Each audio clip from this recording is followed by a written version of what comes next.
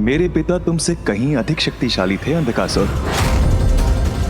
मुझे अभी भी स्मरण है किस प्रकार मेरे पिता इस सिंहासन पर अपनी शक्ति और श्री हरि के प्रति अपनी घृणा के अहंकार में स्थित होते थे।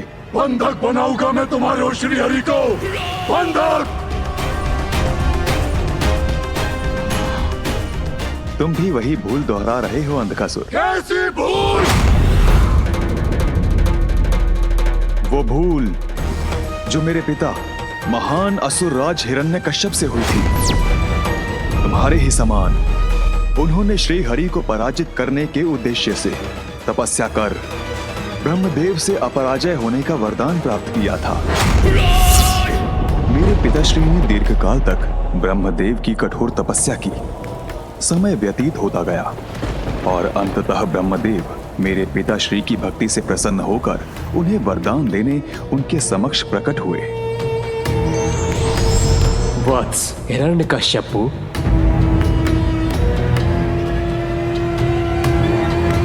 प्रणाम ब्रह्मदेव। तुम्हारे तप से प्रसन्न हुआ मैं। कहो, क्या वरदान चाहते हो? ब्रह्मदेव, न दिवस में न रात्रि में, न भीतर न बाहर, न आकाश में न पाताल में, न नर से न देव से, न यक्ष से न राक्षस से, न घरव से न किन्नर से, न जलचर से न स्थलचर से, न उभयचर से न नवचर से, न मंत्र से न तंत्र से मेरे प्राण किसी से भी न जा सके। और उससे भी अधिक ब्रह्मदेव, इस संसार में जिसकी भी आपने रचना की है उनमें से कोई भी मेरा वध न कर सके। तथास्तु, तथास्तु, तथास्तु।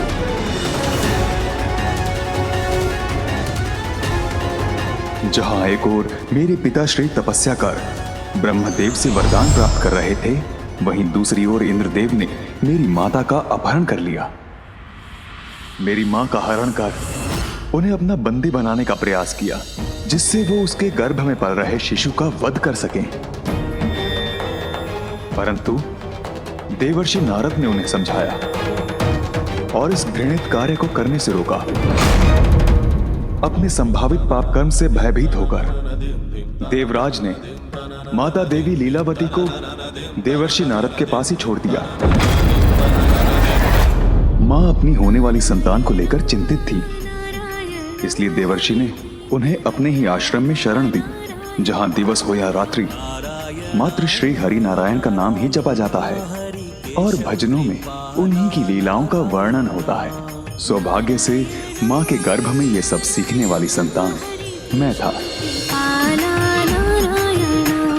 तुम जग के स्वामी जगपाल हो, तुम हो भोर विष्णु तुम रात हो, अंता भी तुम अनंता भी तुम, निर्बल सबल सबके नाथ हो। नारायणा नारायणा हरि माधव मृणाला नारायणा।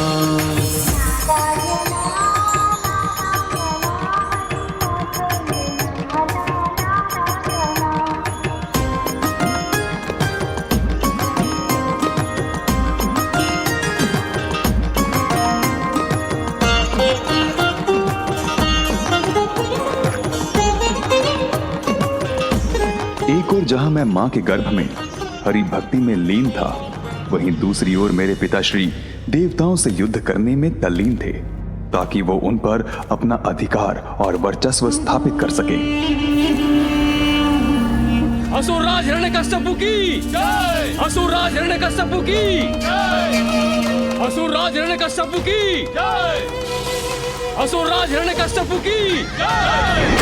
असुरराज हिरण्यकश्यप की जय! इसके पश्चात मेरे पिताश्री वैकुंठ पहुंचे, ताकि वो प्रभु श्री नारायण को चुनौती देकर वहां भी अपनी प्रभुता स्थापित कर सकें।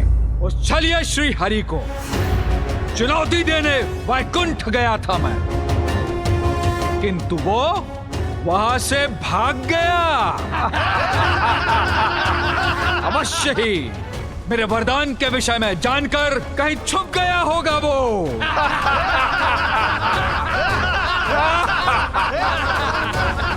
इसलिए अब वैकुंठ हमारे अधीन है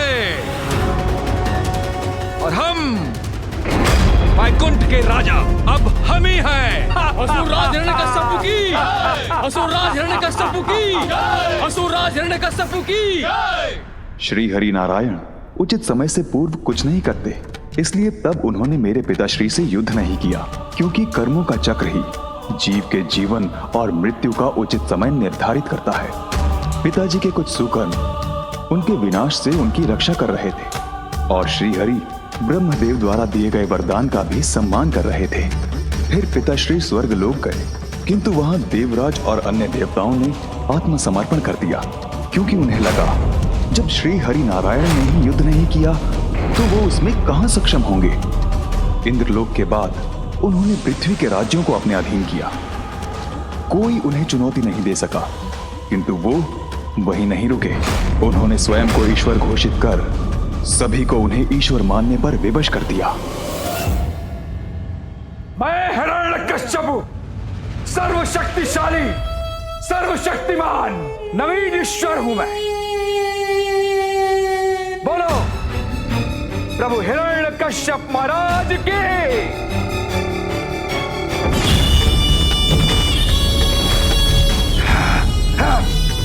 बोलो पिताजी माता और मुझे देवर्षि नारद के आश्रम से लौटाकर ले गए, जहां एक ओर वो सभी को अपनी भक्ति के लिए विवश कर रहे थे, वहीं मैं सदैव हरि भक्ति में लीन रहने लगा। ओम नारायणाय नमः, ओम नारायणाय नमः, ओम नारायणाय नमः, ओम नारायणाय नमः, ओम नारायणाय नमः, ओम नारायणाय नमः, ओम नारायणाय नमः, ओम नारायणाय नमः, ओम नारायणाय नमः, ओम नारायणाय नमः, ओम नारायणाय नमः, ओम नारायणाय नमः, ओम नारायणाय नमः, ओम नारायणाय नमः। मेरे गुरुओं को इसका भय था कि पिताश्री को मेरी हरि भक्ति की भनक पड़ गई तो मेरे साथ उन्हें भी दंड मिलेगा। प्रहलाद मेरे पुत्र। पिताश्री, पिताश्री, पिताश्री।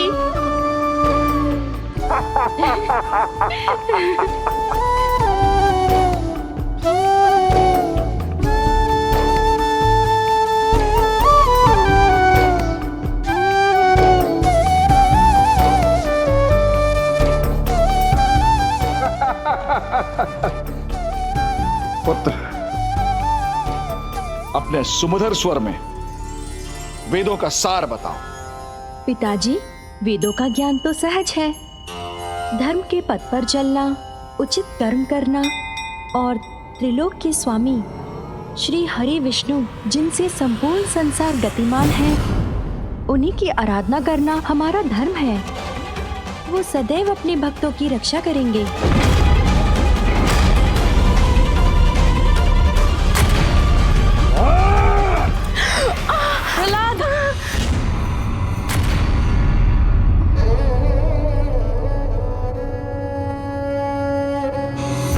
मेरे शत्रु का नाम मेरे समक्ष लेने का दुस्साहस किया तो मैं भूल जाऊंगा कि मैं तुम्हारा पिता हूं। प्रभु श्री तो मेरे सर्वस्व हैं। मैं श्वास लेना छोड़ सकता हूँ, किंतु उनका नाम लेना नहीं। नहीं स्वामी, नहीं। ये तो एक निर्दोष बालक है, इसे इतना भयानक दंड मत दीजिए। किंतु पिताश्री के क्रोध की तो कोई सीमा ही नहीं थी। ओम नारायणाय नमः, ओम नारायणाय नमः, ओम नारायण। उन्होंने मुझे हरि भक्ति से दूर करने के अनेकों क्रूरता भरे प्रयास किए, किंतु प्रत्येक बार श्री हरि नारायण ने मेरी रक्षा की।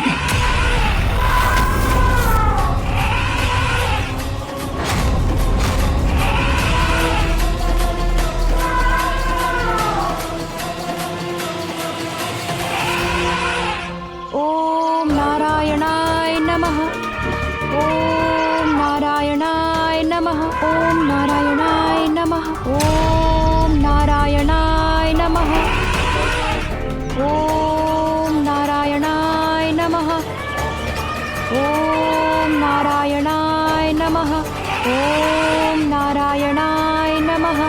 ओम नारायणाय नमः।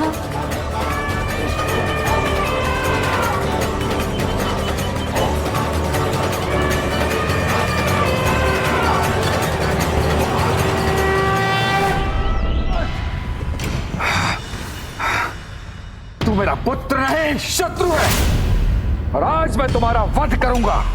असुरों में सर्वोच्च अवश्य हैं आप, किंतु जन्म और मृत्यु आपकी नहीं, श्री हरि की इच्छा से होते हैं। मेरी मृत्यु संभव है, तुम्हारा हरि मुझे नहीं मार सकता, कोई मुझे नहीं मार सकता, किंतु मैं किसी को भी मार सकता हूँ। तो क्या तुम्हारे श्री हरि मुझसे भी तुम्हारी रक्षा करेंगे? अवश्य। श्री हरि, श्री हरि, श्री हरि। दिखो, मुझे तो नहीं दिखते तुम्हारे हरि। कहाँ है वो? अगर तुम्हारी रक्षा करने आए हैं तो कहाँ है वो? बोलो, दिखाओ मुझे, कहाँ है वो? प्रभु नारायण हरि तो सर्वत्र है पिताश्री, कोई ऐसा स्थान नहीं जहाँ वो नहीं हो। अच्छा, तब फिर तो इस गदा में भी है जिससे मैं तुम्हारा वध करने वाला हूँ। अवश्य है पिताश्री, खड्ग में है, खम्भ में है, जहाँ दृष्टि जाती है, जहाँ नहीं भी जाती है, सभी स्थानों पर है मेरे प्रभु श्री नारायण।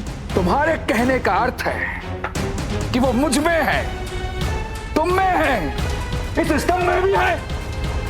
अवश्य। तो ठीक,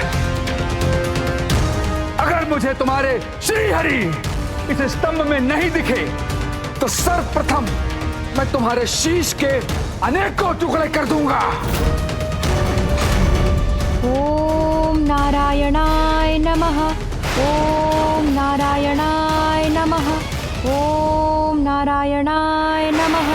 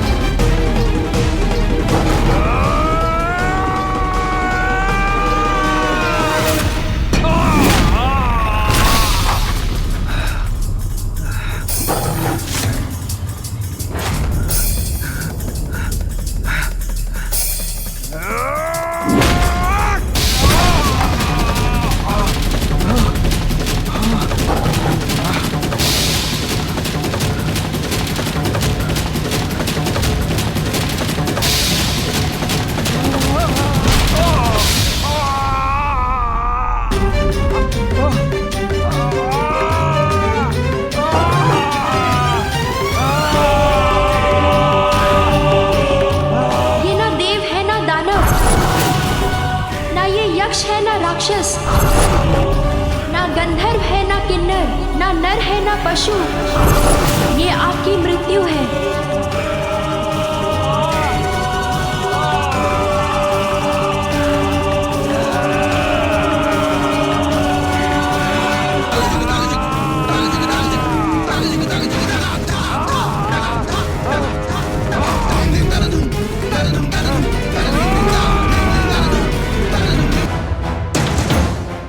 भीतर न बाहर, न आकाश न पाताल, न जल में न थल पर, न दिवस है न रात्रि है।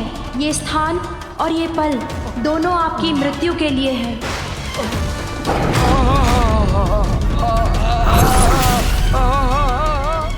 ये ना अस्त्र है ना शस्त्र है, किंतु मृत्यु के साधन हैं।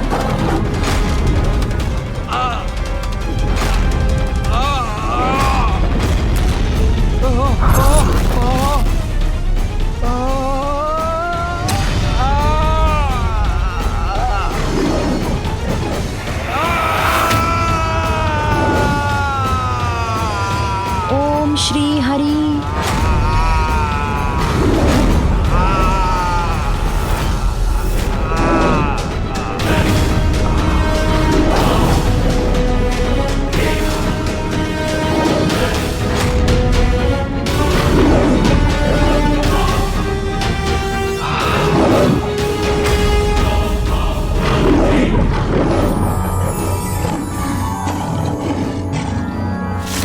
उग्रं वीरं महाविष्णुं ज्वलन्तं सर्वतोमुखं नृसिंहं भीषानामभद्रं मृत्युं नमामि अहम्।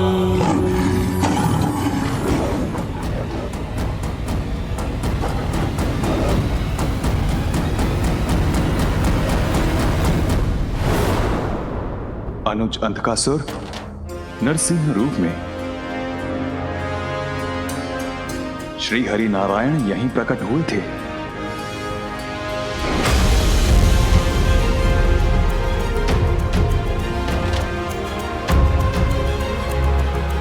आपको जो कहना था आपने वो कह दिया। अब मैं वो करूंगा जो मुझे करना है। अब तो मेरे पास और भी बड़ा कारण है देवताओं से युद्ध करने का। प्रतिशोध! अपने पूर्वज महानतम असुरराज हिरण्यकश्यप के निर्बल वध का प्रतिशोध। अब देवासुर संग्राम भी होगा और असुरों की विजय भी अवश्य होगी। देवताओं को कदाचित ज्ञात नहीं कि इस बार मैं उनके लिए क्या उचित प्रबंध करने वाला हूँ। ज्ञात रहे, अंधकार शुरू में, अंधकार शुरू में। ओम भीमाय नमः।